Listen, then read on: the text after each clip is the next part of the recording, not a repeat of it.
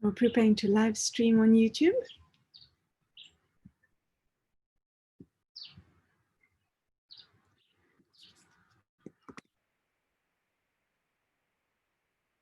In case any one of you drops off and can't rejoin later, this is the link on YouTube. I've just put it in the chat window. Okay, this is great. It's working. So let me put it on our. We're preparing to live stream on YouTube. Okay, let me. There we go. Otherwise, I get feedback. Now I'm putting it on our website.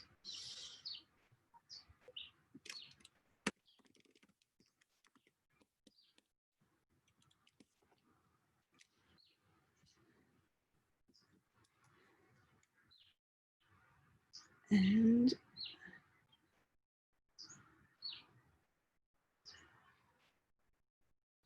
come on.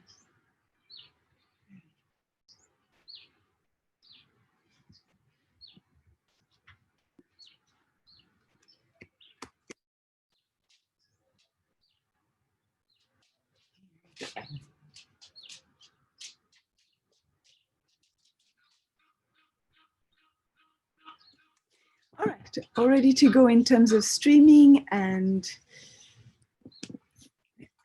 sharing the seminar.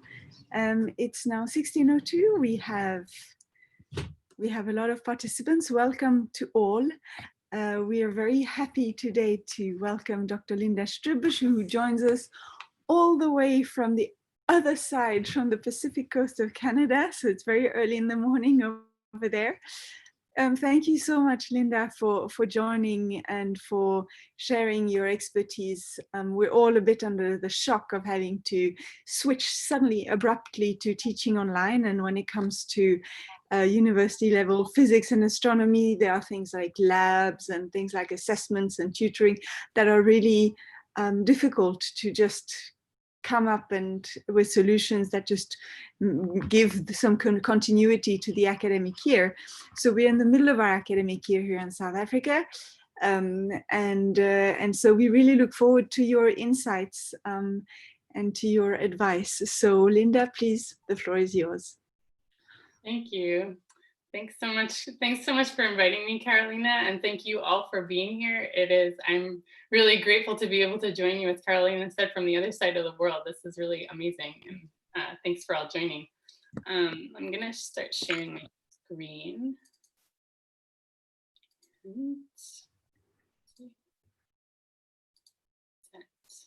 Can you see it? Wait, no, it's still loading. Yes, can you see it? Thumbs up. Yes, very well, thank you. Awesome, okay. So as Carolina said, I'm Linda Strubbe. I use the pronouns she, her, and hers, and I work for the American Association of Physics Teachers on a project called PhET that I'm gonna tell you a lot about. I'd like to acknowledge that much of my work takes place on the unceded traditional territory of the Musqueam, Squamish, and Tsleil-Waututh First Nations in what we now call Vancouver, British Columbia. And I also want to acknowledge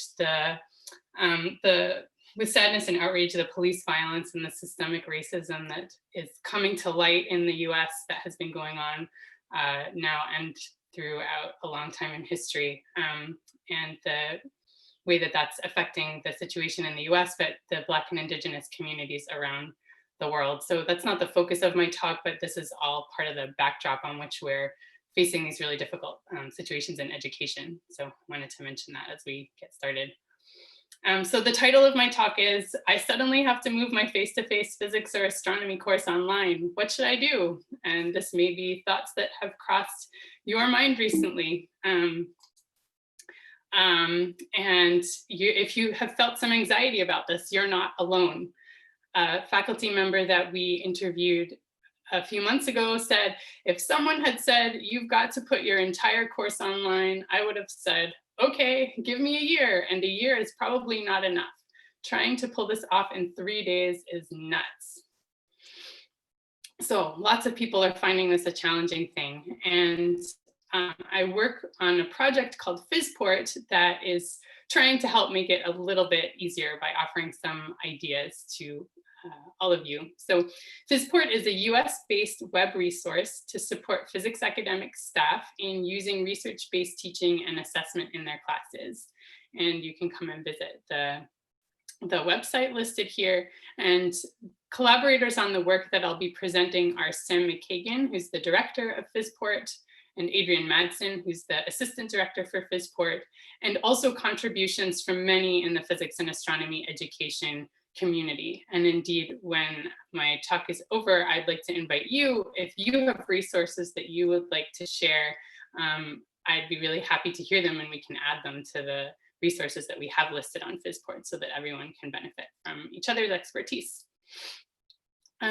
So in March, when COVID-19 was starting to pick up and it became clear that more and more universities were going to be moving their courses online, we decided to write an expert recommendation. So that's just an article type that we have on PhysPort about tips for moving face-to-face courses online. And so that's basically what I'm going to be sharing with you. That's the basis for the talk today.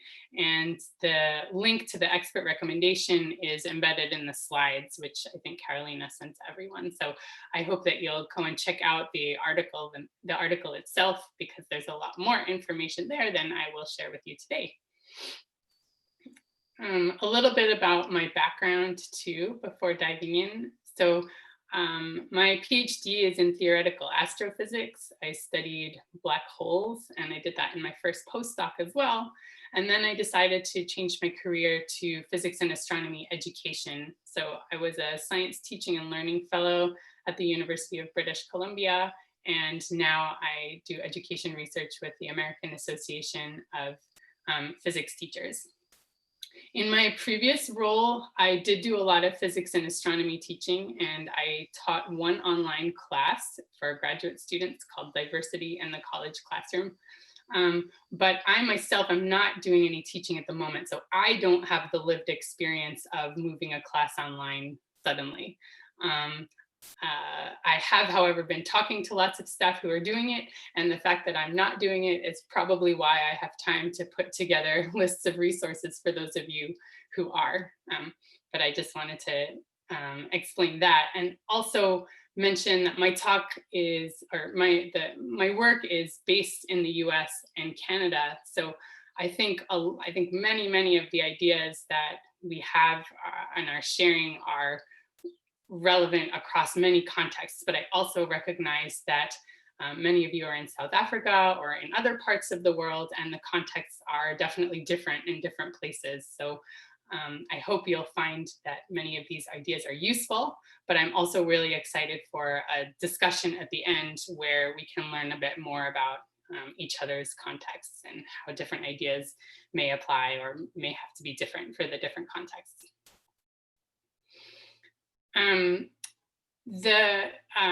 I want to share with you a little bit of sort of research that is going on related to COVID-19. So there are, and education. So there are a lot of ethical considerations in terms of doing research during a global pandemic. Everybody's under a lot of stress, and we don't want to kind of add to people's stress by trying to do a research project. At the same time, we want to make sure that anything that we're doing with people as participants is helping everybody and not just taking from people's time. So there isn't that much research going on about how people's transition to online teaching is actually going because of these ethical considerations. So I'm not going to be sharing with you, well, in any case, I'm not going to be sharing here the best practices for moving online during a global pandemic, because none of us have ever moved a class online before in a global pandemic. This is the first time. So what I'll be sharing are ideas that are based on pedagogical principles and education research that seem like they make sense, given everything that we know about education. But at the same time, we also have to be kind of self-reflecting a lot as we go along to see what's working and what isn't, because this is all new for everybody. In terms of research, though, our team happened to be conducting interviews with staff while COVID-19 was causing the rapid move to online teaching in March. It was really remarkable. We were interviewing 20 staff, and at the beginning of the month, when I look at the transcripts, nobody was mentioning the virus at all. And by the middle of the month, most of the interview of each person was related to their feelings about moving online during the virus. And I want to mention that we definitely checked in to make sure that staff actually still wanted to talk to us. Nobody was required to, but it seemed like people appreciated the opportunity to talk through the experience of moving their courses online. And so through this talk, I'm going to be just weaving in some quotes, little stories from 4 staff that we were interviewing, who I'll call professors A, L, J, and K. And I'm sharing their stories with you just because I think you'll see that these professors show resilience, creativity, and care for their students coming through.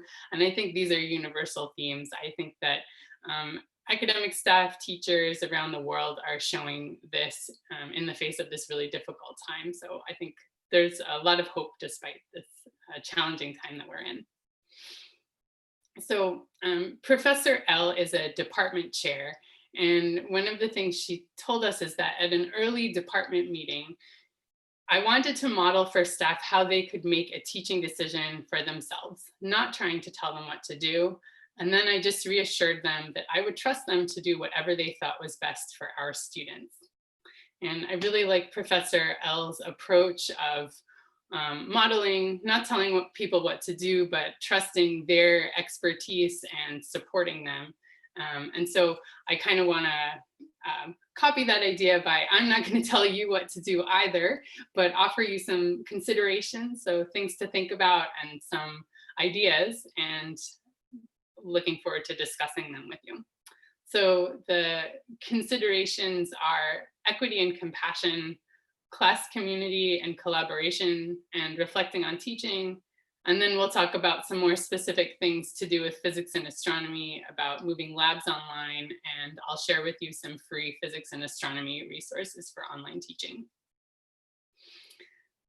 So starting with compassion, let's all try our best to be compassionate to our students, our colleagues at every level, and ourselves.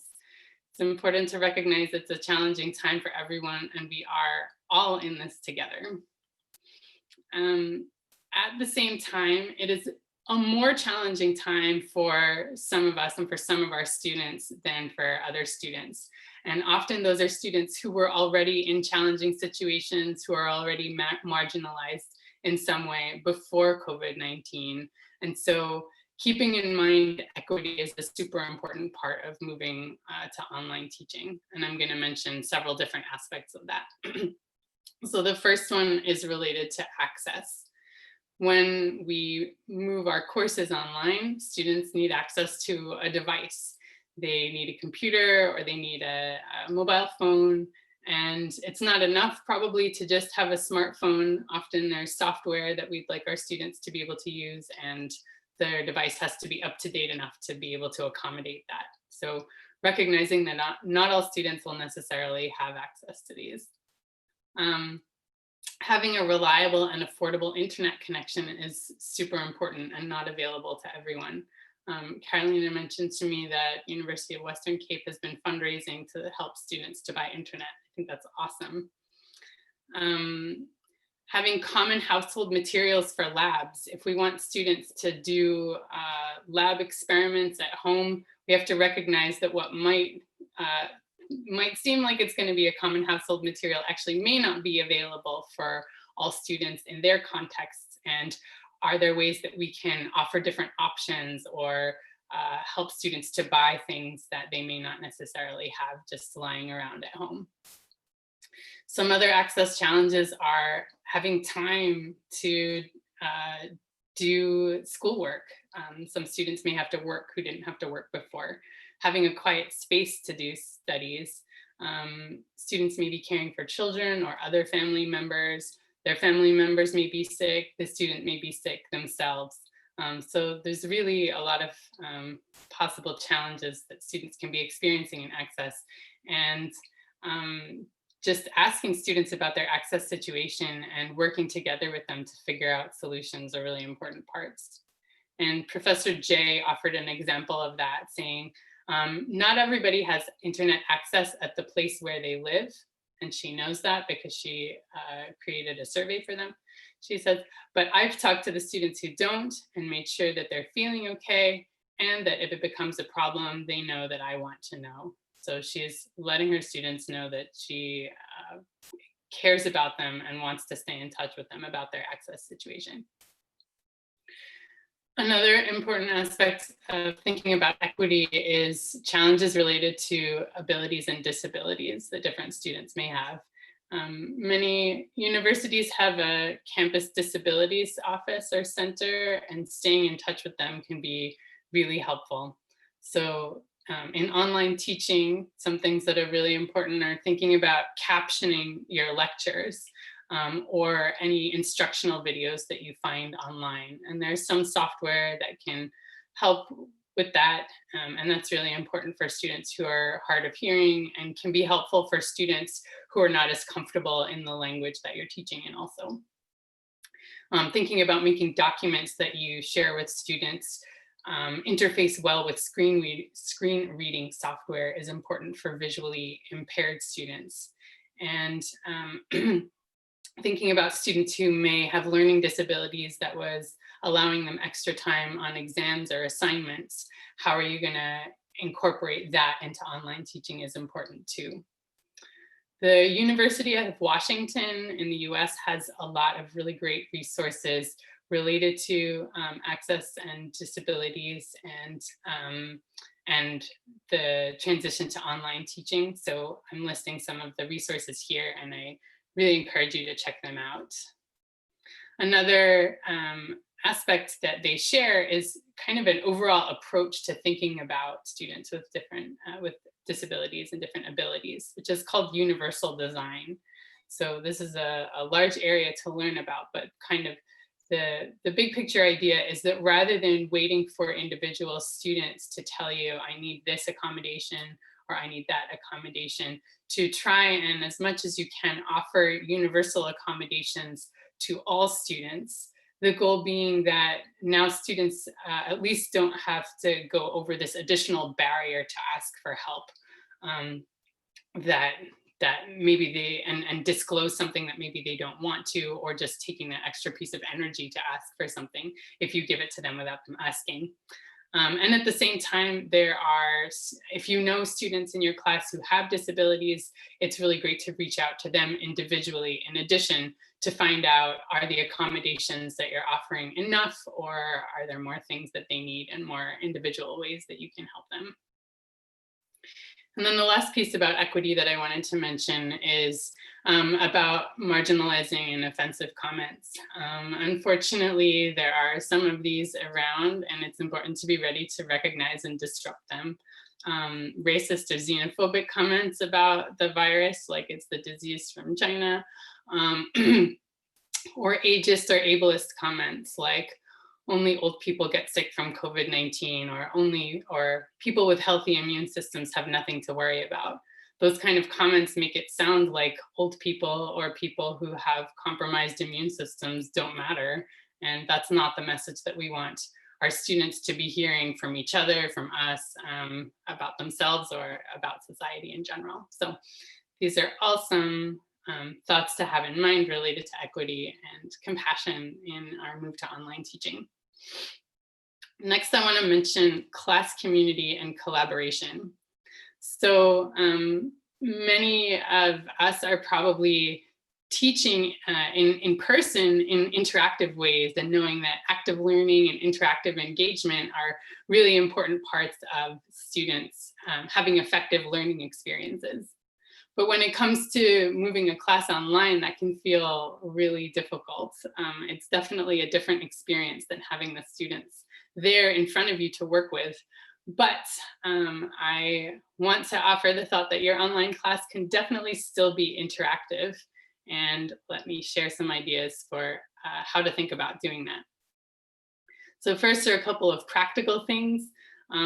Making your instructions yet more explicit than you would do in person, and giving more time than you think. These are both very helpful things to do in online teaching. If you want students to collaborate outside of class, you can facilitate that for them because they may not be as used to working out how to do that, especially in this lockdown kind of period. So giving them time and prompts to exchange contact information and find a time that works for them to meet and decide on a platform. Those might seem like basic things, but those can just help remove some barriers to students working together. And then a really interesting, important thing to think about is supporting sense making. And excuse me, Ayush Gupta and Andy Elby wrote an article that you can read more about this on PhysPort. But the idea is kind of, in this really stressful time, it can be easy for students and staff to move into a mode of like, we just need to get to the answer. The goal is getting to the answer. But I think we all know that the real learning happens when you're trying to make sense of things, trying to understand ideas, trying to make sense of things that you figure out. And so as much as we can, working with students to help everybody stay in a frame of sense making rather than answer getting is a really important idea for keeping the class interactive and effective. There is a bunch of helpful technology that can help make your class interactive. And that is true whether your classes are synchronous, so taking place everybody there at the same time, or asynchronous, or a combination of those two. So for synchronous lessons, breakout rooms are really helpful. That's what they're called in Zoom, but similar things exist in other platforms too. So students can get together in a small group, just like they might get together at a table in class to work together. And collaborative whiteboard software is a really great thing to use in breakout rooms. So students can draw, they can write equations, they can write ideas, and all see it together. So just as though they were working on a whiteboard together in your class. Google Docs is another way to allow students to draw and write collaboratively. And you can do that in a synchronous session. You can also have students work together asynchronously on assignments. You can even have them make slides and do a collaborative presentation. And then using a discussion forum is really helpful, especially in asynchronous settings. And you might have that as part of your learning management system from your university, or there are other freestanding ones. A popular one is called PhET. And the idea there is that students can ask their own questions. Other students can respond to them. So it's not all on you as the instructor. You as the instructor can see what's going on. You can reply, and it's a nice way to have a kind of asynchronous conversation that's still keeping things interactive. And there can be actually even some benefits to moving to this kind of online teaching model and trying to keep up interactivity. So Professor Kay, for example, said, one thing I've noticed with remote learning is that students are a lot more willing to tell me when they don't understand. And I think it's because they can do it privately. So he means in like the private chat function in WebEx or Zoom. And he says they're more willing to collaborate, which I think is really good. So there can be some surprising positive benefits to teaching in this way. The University of British Columbia, where I used to work, recently did a small survey with students on the transition to remote teaching. And one part of it was looking at asynchronous versus synchronous lectures and how that was affecting students' feelings about class community and collaboration. So I wanted to share some of that with you just quickly. So students perceive benefits of both of these. In terms of asynchronous lectures, students really appreciate the flexibility primarily. So there are many different demands on their lives, and asynchronous lectures allow them to choose where, when, and how they want to access the content. It also lets them revisit and stop lectures as needed, and they found fewer technological glitches as well. So that's really helpful from the asynchronous side.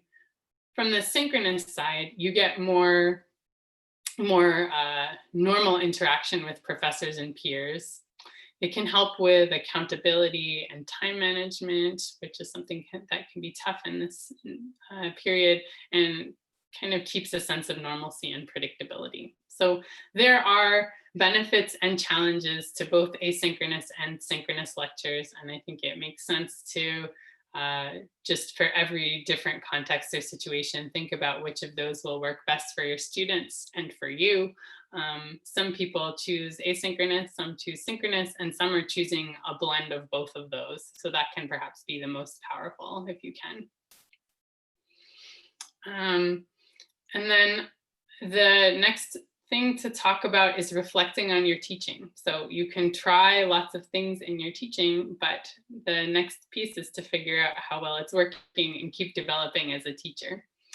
And Professor L, for example, the department chair, said, I honestly was like, what if this is just a flop and all of my students hate it? So I was really flexible. I said, okay, I'll do this for a week. I'm going to get feedback and we'll see what the feedback says. Now over half of the students have responded and all of them said that they appreciated it. So being flexible and getting feedback from students is a really great way forward.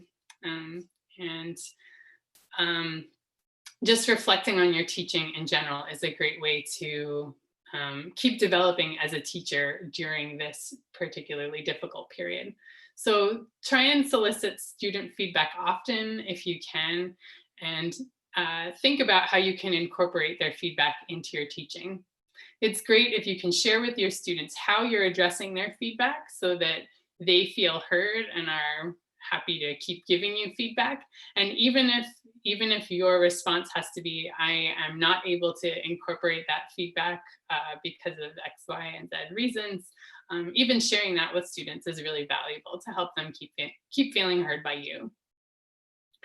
Keeping a teaching journal is a great idea as well. So that can be just even a few minutes at the end of each lesson or even at the end of each week to write down what are some things that worked well, what are some things that didn't work well that you might like to try and improve, what are some questions that are coming up for you, and then that can just help you to keep, even with a few minutes, to keep moving forward in your teaching and learning from your own experience in a metacognitive kind of way. And then working with colleagues, just building your community and support for teaching with your colleagues is really helpful. So you can share your ideas and your questions and you can learn from your colleagues. And now in this era where Zoom is so prevalent, those colleagues can be nearby in your department, but they can also be across the world, and they can be people that you know. And there are also lots of email listservs, Facebook and Twitter. People are talking about online teaching. This is a worldwide challenge and enterprise, and there's a lot that we can all learn from each other. So I encourage you to try and share and join in discussions like this one.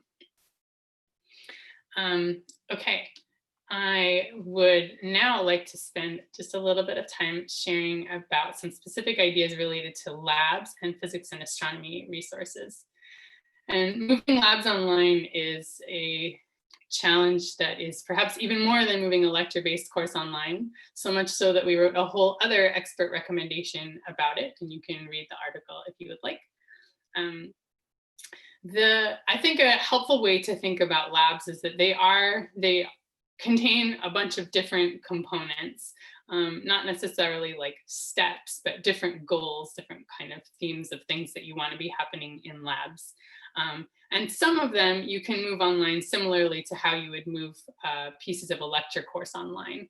So pre and post lab assignments, having students come up with questions to investigate, interpreting data, creating models, reflecting on results, writing a lab report, creating a class presentation, and giving each other feedback on any of these. It's not that these are easy to move online, but you can use a lot of the ideas that you would for moving a lecture course online apply here too, especially some of the things related to group work that we talked about. But then there are some special components of labs that require some more significant modification. So observing a phenomenon, designing an experiment, including troubleshooting, collecting data or making measurements, analyzing and visualizing data, and developing technical and practical lab skills. And so I will share some ideas with you and then some specific resources that can help. So there are lots of online simulations out there. I'm going to show you one in particular called PhET, and they can help students have the experience of observing a phenomenon and even collecting data and making measurements. You can take data with your smartphone, and again, that lets you observe a phenomenon and collect actual data. You can watch videos of an experiment to practice designing an experiment, including troubleshooting. I know about a department where they were recording partial videos of experiments and making it like a choose your own adventure. So you get to watch up to this part of the experiment and then choose should you do this, or this next. And that can be related to developing troubleshooting skills too. Reading and critiquing an experimental design is another way of practicing designing an experiment. And you can give students a data set to analyze, even if they're not taking the data themselves. So that could be data that you took. It could be data from a classic experiment published in a paper. And you can even have students engage in citizen science, where they're contributing to working on large data sets towards actual research goals.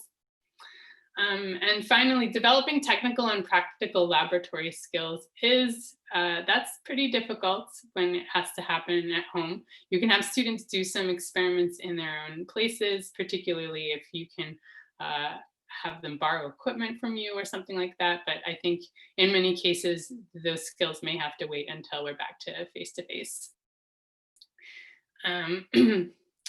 I would now like to share with you 3 physics and astronomy resources that I think are particularly cool. We have many, many, many resources that are listed on PhysPort. All of them are free, and they allow you to do a variety of different things in your teaching.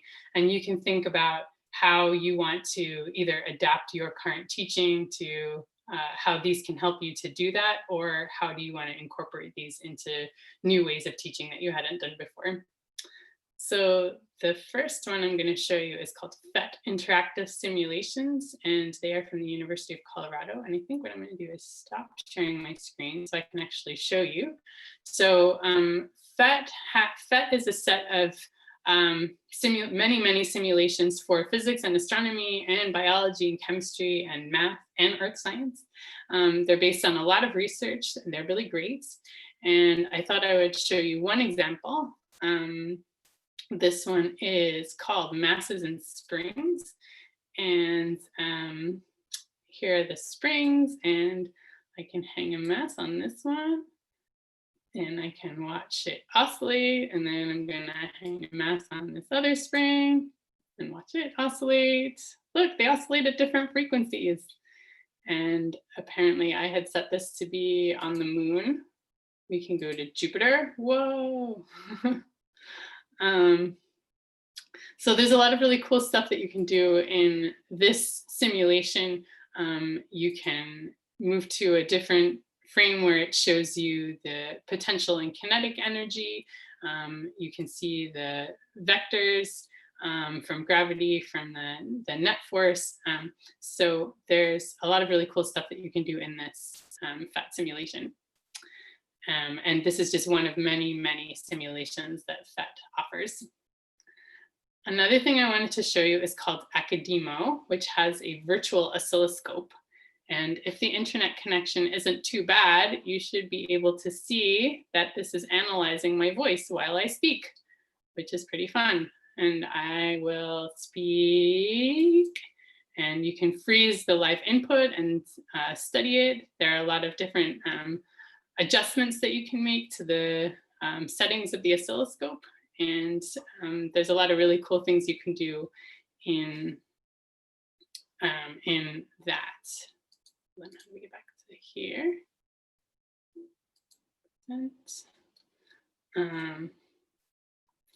Yeah, and then the last one, I think it's not going to work for me to actually show you on my phone, but PhyPhox is a really powerful software for your phone. It's free, it exists for Android and for iOS. And basically, your smartphone contains lots of different very sensitive sensors that allow you to take actual physics data. So for example, there's an accelerometer and a magnetometer in your phone. And I just made these yesterday. So with the accelerometer, I was just basically taking my phone and going like this. And you can use that to measure the gravitational constant, for example, on Earth by dropping your phone. With the magnetometer, you can move your phone closer and further away from the magnet. You can measure the Earth's magnetic field with that. And there's also a barometer. Your phone has a GPS, gyroscope. So if your phone is if your phone is has up-to-date sensors and software and capability to be able to download the software. Sorry, can you mute yourself, whoever was doing that? Thanks. Awesome. So I think the final comment that I wanted to make is to quote from Professor A, who says, "Everybody across the world is going to go. I've got all these great tools and ideas that I can use. And when we ever get back to face, we're going to do things differently because of this." So I think that's a good thing. And also the collaboration that's happening across the globe. And I want to echo those ideas and just say that this is a really challenging time, but we can hopefully use it for good in the long run. And I have hope and optimism that that this move to online education can, in the long run, increase access to education for people, especially from remote and underserved communities. It'll make people's lives better by offering more options to students and to staff and educators, and just help infuse all of our work with a bit more empathy and compassion. So I thought I'd offer some discussion questions in case we want to have a discussion along certain lines. Of course, you're welcome to ask or bring up anything you want, but let's imagine the post-COVID future in education. What are you concerned about? But also, what positive outcomes can you imagine coming from this transition to online teaching? And then finally, as I mentioned, there are lots of resources on PhysPort, and we'd love to add to them. So if you have any resources or ideas to share, please send me an email. I'd love to hear from you. And thank you so much. Thank you. Thank you so much, Linda. I'm going to start my video again. I'm clapping for everyone here. I think that was really brilliant. Thank you so very much. For everyone, I'm taking questions both in the Zoom chat window and on YouTube. I'm keeping an eye for questions that are coming there. It's slightly delayed, so they'll just come in a little bit later. Wonderful. So if you have a question, please put it in the chat window, and then when I say your name, you can unmute and ask the question. This is a really super interesting talk. Is there anyone who would like to start talking? I don't see any hands, but I had one question then. Let me start with this one. I was fascinated by your mention of the choose your own adventure part of lab experiments. I think it sounds like a very fun and very powerful way of teaching, but do you have an idea of how much effort it takes to actually create those? Because I guess you'd have to film every option on the way, and I guess it branches out quite quickly to a large number. What are your thoughts on that? Yeah, I agree with you. I think it could be a lot of work. I think probably what you want to do is choose a couple of key decision points in the lab and film some branches from those, but not like every decision point. Otherwise it could get overwhelming. In terms of effort, one thing I thought about mentioning, I know different universities work differently, but at least in the US, there's some concern that teaching assistants, so graduate students, may find themselves no longer employed in the teaching role that they were in before. And so if that is something going on at your university, there are lots of things like helping you film components of labs or captioning lectures that maybe graduate students can help with, and then that can help them earn a bit more money too. Thank you. Yes, I think that's a really, really good suggestion. Are there any, do you know if there's any possibility to script something like the PhET simulation, for example, to maybe not necessarily have to film these parts of experiments, but to simulate them, but also keep the structure of choose your own adventure? Like, so you mean to do it with a simulation? Yeah, so for example, a PhET simulation, you say we do that first, and then here's the decision point, and people have to choose, and then you sort of pre-program a little bit. Would that be, do you know a platform that supports that? Because it might be easier than filming everything. Yeah, I don't know. I guess I'd been thinking of the filming as something that you would do with physical equipment, and that if you were using PhETs, that you can have each student, like every moment can be their own choose your own adventure, and you don't need to do the filming with that because they can Right. they're manipulating. Yeah. Cool. We have some questions. Neville, you want to ask a question? You can unmute and ask. Otherwise, I'm happy to ask for you. Okay. Hello. Yes, I wanted to ask with regards to the PhET simulator. Can you download and install on your device, or do you have to be online in order to use it? Maybe, for instance, you want to use it in a class, or you want some learners to work around it. Yeah, that's a great question. Many of the simulations have options so that they exist both in HTML5, so you can do it directly from your web browser, but then you would have to be online. But many of them you can download as JavaScript to your computer, and then you don't have to worry about being online. So yeah, there are options. That's a great question. And someone adds, you can also download the HTML. Okay. Awesome. We have a question from Dale Taylor.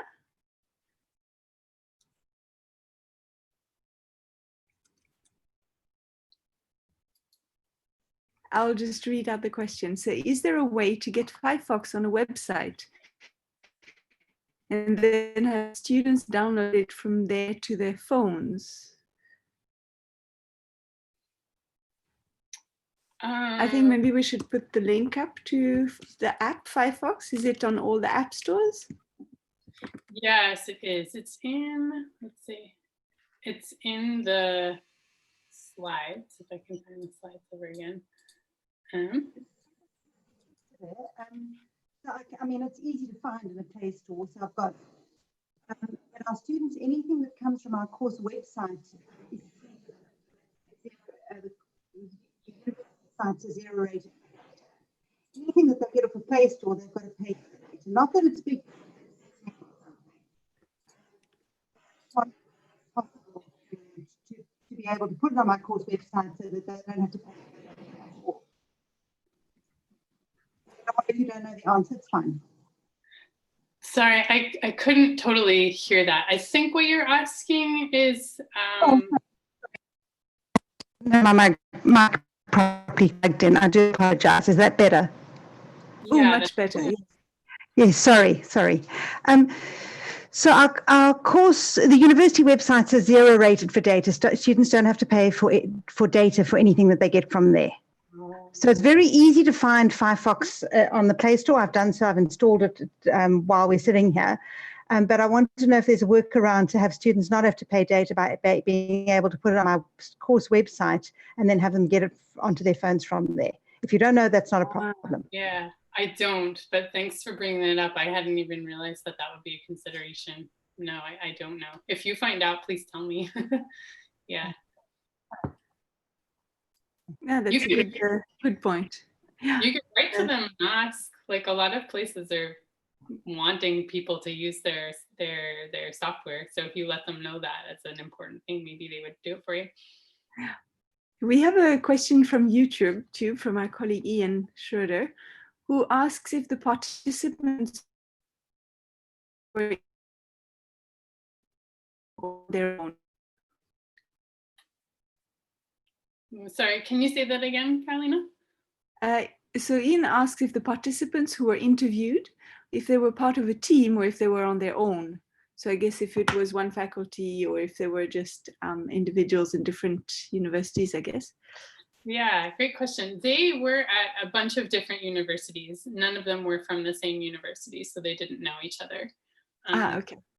Yeah, we've been interviewing a bunch of staff kind of over and over every semester for a couple of years, and so these are people that we've talked to a bunch, and this was talking to them again.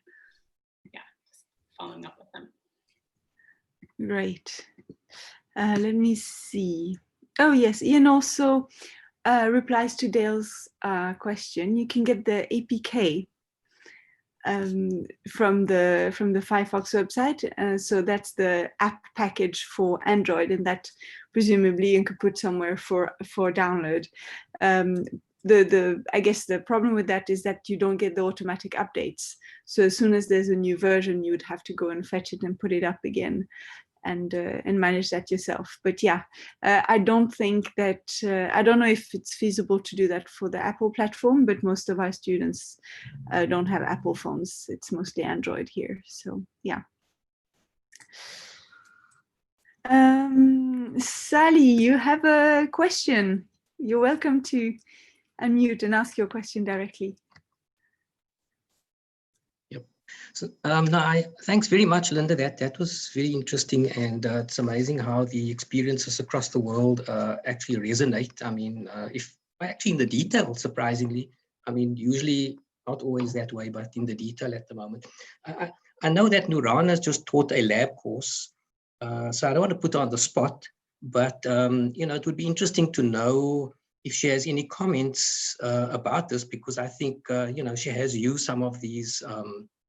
Of these methods that you mentioned. So I wonder if she's happy to say something.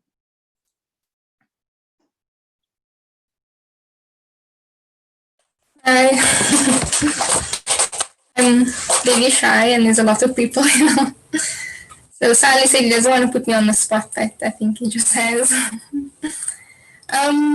So I done a lab course with Dale. This semester I had a lot of help from Dale, so that was great. The lab course is designed for students that went into the extended degree program. So it's the first year physics lab course. And then, so when I first found out it was going online, I was really scared. I didn't know if it was going to be possible, because even just growing up, I know that doing an experiment at home is very difficult if you don't have access to the same resources as other people. So I could see that my students would have a similar struggle, but then the department itself had a task team that had to design labs for the department. So it was really helpful. So I could take the resources and then maybe tailor it in a way that would be helpful to my students. So that was very useful. So we had the students do 3 labs over 3 weeks, and during that week they just focused on labs. They didn't have any other physics that they needed to do for the course. So we'd have them, in the first 4 weeks they did physics and then physics coursework, and then for 3 weeks they did lab work, and now this week they're busy with a test. So I think what I found useful is that we have this online system where you can develop daily lessons, and then the students can go through those lessons in their own time. And what was nice about the feature was that I could ask them questions in between different activities, and so I could keep track of who knew what to do and who didn't know what to do, and then I could give individual support to the students. So that was good. And then at the end of the first lab, I gave them a feedback survey, and I think Linda, you mentioned that in your talk that asking the students can be quite useful, and I found that to be very useful. And I think what was actually one of the most interesting things that I got from the feedback survey was that even though our students are scattered all throughout the country, they experience similar difficulties with the lab. And so when I told that to the class, I think they started to feel like they could actually connect more with each other. And I saw a few groups forming within the class. And a few students felt comfortable enough to tell me personally about some of the issues that they were having. And when I was in my third year, I also experienced some fees must fall protests, so I could also relate to them on having to do some distance learning. And I think that also helps some of the students just overcome that they have this difficult experience that nobody can relate to. Like one student even personally said they wish they had as smooth an experience as me, and then when I told them, but mine wasn't as smooth, and I've had some similar experience, then the student was able to overcome this difficulty and actually give in hand in work. And then also I used the PhET that you mentioned, the masses and springs, because one of the students, we had them take an elastic band and then they would attach objects of different masses. They would maybe take like a can of beans because on the can was the masses written, so they wouldn't need to measure the mass, and then they can then measure the period, and they would do that for a bunch of objects. But some of the students couldn't find an elastic band, or the ones that they had were worn out, so it didn't actually produce oscillations. And so those students, I said, okay, use a simulation to collect your data. And when I looked at the results, there was one student in particular that did really well using the simulation. So I think that student, when they saw that there was this plan B in place, the student was really happy, and I could see in their results as well that they were able to carry out the task and do similar activities to the other students. And so I think the PhET simulation was a very good plan B when we did have something that's a bit more hands-on for the rest of the students. I don't know if I'm just a bit all over the place, so you can redirect me, or Sally also just said I can give comments, so it's a bit more general comments. And there was something else that I wanted to say, but I can't remember right now. We'll give one of the other things that you mentioned, but it's gone now. Maybe if you remember, you can write it in the chat. But thank you so much for sharing your experience, Naran. That's awesome. It's a pleasure. Thanks for your talk. Yes. It was really... Thank you, Naran. good. Thank you. We have a couple more music and a couple more questions for the last few minutes. I'll just read maybe the questions to make sure that we can finish before the hour. The first question is from Hao Chen, who asks, could you give some suggestion about preparing an online test or some project for students? And then Reggie asks, hi Linda, how did some lecturers abroad deal with online assessments, especially making familiar questions ungoogleable? That's a very good question. And Jaffias Mele asks, I mostly work with learners from disadvantaged communities where access to internet data is a big thing. What are some of the creative ways that are out there that can be utilized to enhance equity? Oh, that's a very good question. So those are the questions, the last few questions that we'll take, and I'll just take a quick look on YouTube as well. But please, Linda, go ahead. Sure, great.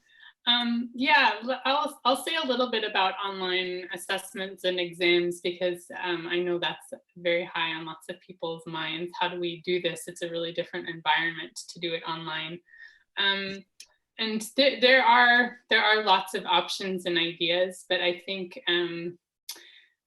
some ideas that I've heard and read and think make sense are, first of all, to kind of trust your students. Like, I know there are a lot of concerns about cheating, but you know, you can write an agreement or an honor code with them. Maybe your university already has something like that, but to just help instill this feeling of we're a community, we're in this together, like we, you know, let's trust each other, let's do our best. And then coupling that with rather than one big high stakes final exam at the end of the term, which is really stressful even under non-COVID times, and therefore more likely to make somebody feel like they might want to cheat because of this additional stress, to try and do more frequent lower stakes tests, I think can be really helpful. So instead of one big final exam, what if you had quizzes every week or every few weeks, or 2 or even 3 midterm exams or something? And so that way none of them is worth as much in the grade, in the final mark. And so that can kind of reduce the feeling of wanting to cheat. It also helps students learn more because they're getting feedback more spaced out through the term. Another thing that I think can help about this Googleable, ungoogleable ness of questions, I've heard this suggestion of asking students to explain their answer at various points through the tests, so, or the quiz. Like, so if you ask them a question, but then have them explain their answer, that becomes a lot harder for students to just look up the answer, because they also have to understand it well enough to explain it. And I've even heard of people who ask their students to record a short video of themselves explaining the answer. And apparently that isn't actually making students feel that stressed. I could imagine that being a stressful thing. You'd have to see how that felt for your students. But that feels like, again, a way for you as an instructor to get a better sense of how well did they understand it. And that's pretty hard to fake, I would say, if you're trying to copy the answer from the internet. So those are just some ideas. That sounds very, very good ideas. Thank you, Linda. I have no additional questions coming through from YouTube. There's just one last one here that was, do you have any creative ways to equalize a little bit access when internet access is not available? Yeah, my off the bat answer is I don't know. And I bet people in this group have more ideas on that than I do. Internet access is a bit of a challenge in North America, but I think it's probably more of a challenge in South Africa. And yeah, I don't know. Does anybody else in the group have some suggestion? Yeah, I think we don't really know. We all try what we can. There's been negotiations between the university and the cellular data providers to zero rate the university website. So then they say, yes, we do that. But then it turns out that they throttled them so that they're basically unusable. So they have to use paid data to access them anyway. So it's a very, yeah, it's an ongoing challenge. I think WhatsApp has been a way of being able to stay in touch with the students. And a lot of the lecturers and the professors have been using WhatsApp, especially checking in individually and so on. And there's class groups. And so, yeah, and WhatsApp is something that everybody uses quite effectively.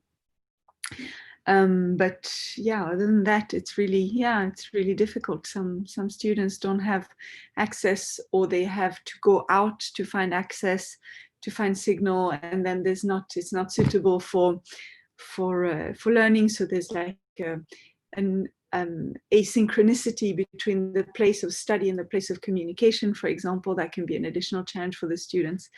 And we have one question from Pramana in Indonesia. She asks, we try not to compromise the quality of our class by keeping the course objective, but those are practical activities, many aren't possible. How do we prepare students in future astronomical work? So more astronomy specific. Yeah. Well, there are there are astronomy simulations too. The ones I highlighted are mostly physics, but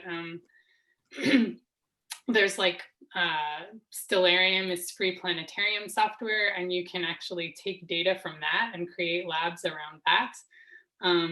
You can still have students potentially go outside and take measurements of, moonrise and set times, for example, and location. So that's still accessible to everyone.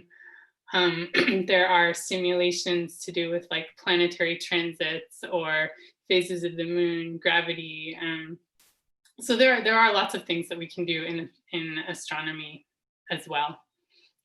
Yeah. Cool. Thank you. Thank you so much, Linda. It's now 5 o'clock here. I think 8 o'clock where you are. So we're going to bring this to a close, but really thank you so very, very much. It was really fascinating. You gave us a great overview, lots of great ideas. Yeah, I guess you see the chat window here, very insightful. You've given us lots of ideas, even for high school. So that's great. And yeah, thank you so much for your time, Linda. And I would like to quickly invite anyone who's listening to this, if they want to be on a mailing list for future SEADS seminars, to please get in touch with me, and I'll add them with pleasure. And again, Linda, you're on YouTube, so you're there for posterity. And we will write up a little short summary of your talk. Thank you again. Thank you for sharing the slides in advance for those who don't have a strong internet connection. I think this worked very, very well. Thank you to everyone who tuned in, and hopefully we'll have another seminar soon. Have a lovely day, Linda, from all of us in South Africa here, and as you've heard, all around the world. Thank you so very much for this seminar. It was great to see you again. You're welcome. Thank you all so Okay. much. It was so nice to have all of you here, and best wishes. Thank you. That's been wonderful. Thanks, Thank Linda, you. Carolina. Thanks. Thanks. Bye-bye. Thank you, Carolina. Thank you, Linda. Thank you. Okay, Thank bye. you. Thanks, Carolina. And thanks, Linda. Bye. Bye. Thank you so much, guys. Bye. Thanks, Linda. Thanks, Caroline. Thanks. Bye. Goodbye. Bye. Thanks so much, Linda. Thanks, Caroline, for organizing. And bye, Solly. Oh, bye, Delia.